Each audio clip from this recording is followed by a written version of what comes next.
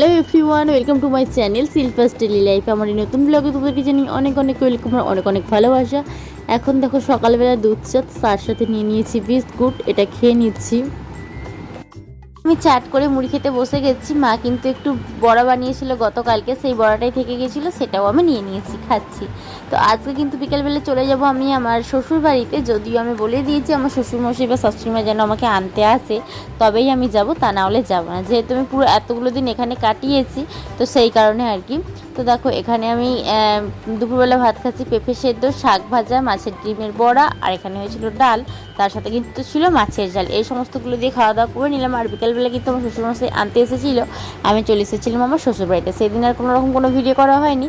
পরের দিন সকালবেলা স্নান টান কমপ্লিট করে দেখো এখানে পুজো করে নিলাম। আর আমার এই ঠাকুরগুলোকে কিন্তু অনেক দিন পর আমি পুজো করছি, আর মনের মধ্যে একটা আলাদাই বেশ শান্তি কাজ করছে। যেহেতু এই ঠাকুরের সিংহাসনটা আতে আমি ঠাকুরগুলোকে যত্ন করে পেতেছিলাম, আর এতদিন আমি এগুলোতে পুজো করতে পারিনি, আজকে এসে পুজো করতে পারলাম, মনের মধ্যে বেশ একটা শান্তি ফিল হচ্ছে আর কি। তো যাই হোক, যেহেতু আমার বোনকে সাথে নিয়ে এসেছিলাম, বোন আমার ছেলেকে দেখছিল, আমি এখানে রান্না করেছিলাম পটল ভাজা, ঝিঙে পোস্ত, এদিকে করেছিলাম মাছের ঝাল। তো এই ছিল কিন্তু আজকে আমাদের দুপুরবেলার মেনু। আর এখন কিন্তু বিকেলবেলা আমার ছেলে গাড়ি চড়ছে। ছেলে কিন্তু ওর দাদাগুলোকে বেশ একটু একটু করে চিনতে শিখছে। প্রথমে একদিন এসে না ও একটু কান্নাকাটি করছিল, বেশ পরের দিন আবার ঠিক হয়ে গেছে।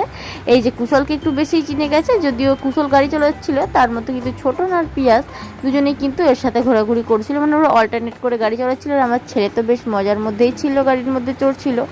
তো চলো, এইভাবেই তো আমার দিনটা কাটাতে হবে শ্বশুরবাড়িতে, আর ছেলেদেরকে ওর দাদাগুলোর সাথে অ্যাডজাস্ট করে নিতে হবে। বন্ধু চলে গিয়েছিলো বাড়িতে। তা আর এইদিকে দেখো আমার ছেলে আমার সাথে খেলা করছে একা একাই। আমার এই ছোট্ট ছেলেটাও বুঝে গেছে যে তাকে তার মায়ের সাথেই সারা সময়টা কাটাতে হবে।